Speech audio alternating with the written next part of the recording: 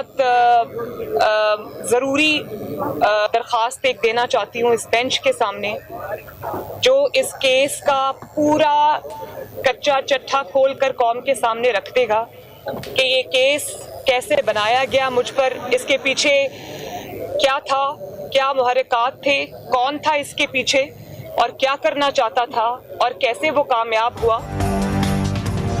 Even field reference case میں نیا موڑ، مریم نواز کی نیا وکیل کرنے کے لیے 1 ماہ کی مہلت کی استدعا مسترد۔ اسلام آباد ہائی کورٹ نے 23 ستمبر تک کا وقت دے دیا۔ لیگی نائب صدر نے کیس کو انتقام پر مبنی قرار دے دیا، کہا تبدیلی آئے گی اور اچھے کے لیے آئے گی، جعلی تبدیلی سے پاکستان کی جلد جان چھوٹے گی، پارٹی شہباز شریف کو وزیر اعظم نامزد کرے گی تو سپورٹ کریں گے۔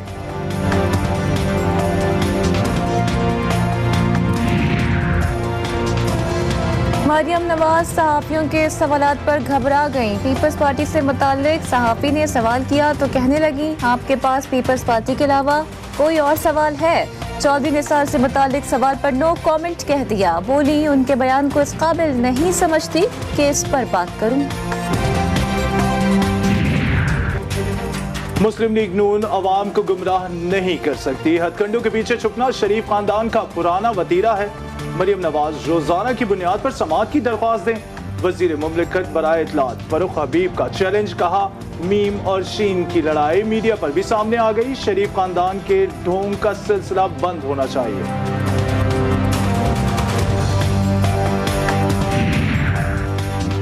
افغانستان سے متعلق تمام پیش گوئیاں غلط ثابت ہوئیں، وہاں کوئی خون ریزی نہیں ہوئی۔ وزیر خارجہ شاہ محمود قریشی کا ورچوئل کانفرنس سے خطاب، افغان عوام کے ساتھ اظہار یکجہتی، کہا افغانستان کی سالمیت اور خود مختاری کا احترام کرتے ہیں، عالمی برادری کو مشکل وقت میں افغانستان کا ساتھ دینا ہوگا۔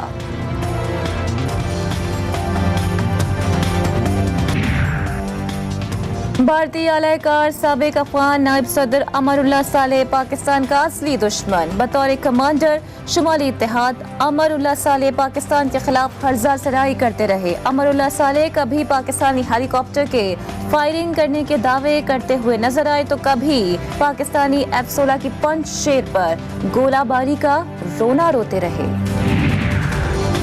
امریکی فضائی حملوں میں 20 برس کے دوران کم از کم 22,000 شہری مارے گئے۔ ورلڈ ٹریڈ سینٹر پر حملے کے 20 سال مکمل ہونے سے قبل لندن کی تنظیم نے ہلاکتوں کے تخمینے پر مبنی اعداد و شمار جاری کر دیے۔ ایئر وارز کے مطابق امریکہ نے جنگ شروع کی تو مختلف کارروائیوں میں کم سے کم 22,000 اور زیادہ سے زیادہ 48,308 شہری ہلاک ہوئے۔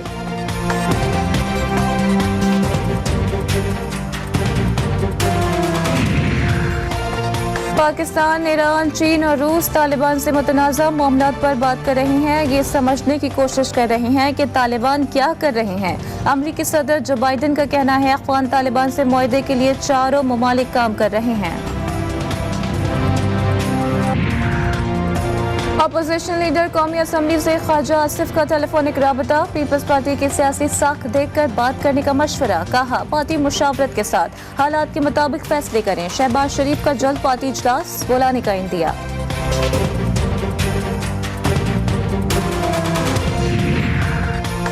لیگی صدر شہباز شریف کا ابھرتی معیشتوں سے پاکستان کی اخراج پر اظہار تشویش، کہا عالمی درجہ بندی میں تنزلی عوام کو درپیش شدید مشکلات کا اعتراف ہے۔ مورگن سٹینلے کیپٹل انٹرنیشنل کی عالمی فہرست میں تنزلی اچھی نہیں۔ لاہور میں چنگچی میں لڑکی سے بدتمیزی کے کیس میں بڑی پیش رفت، متاثرہ خاتون نے جوڈیشل مجسٹریٹ کی موجودگی میں ملزمان کو پہچان لیا۔ عثمان، عرفان، عبد الرحمان اور ساجد شناخت ہونے والوں میں شامل۔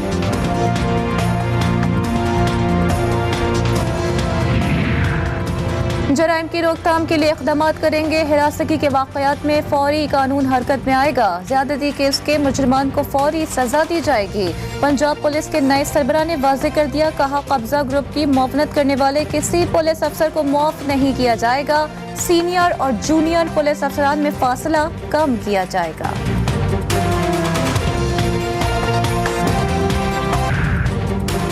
2002 اور کورونا ویکسین کا سرٹیفکیٹ حاصل کرو، تھانہ نواب لاہور میں ایک اور ملزم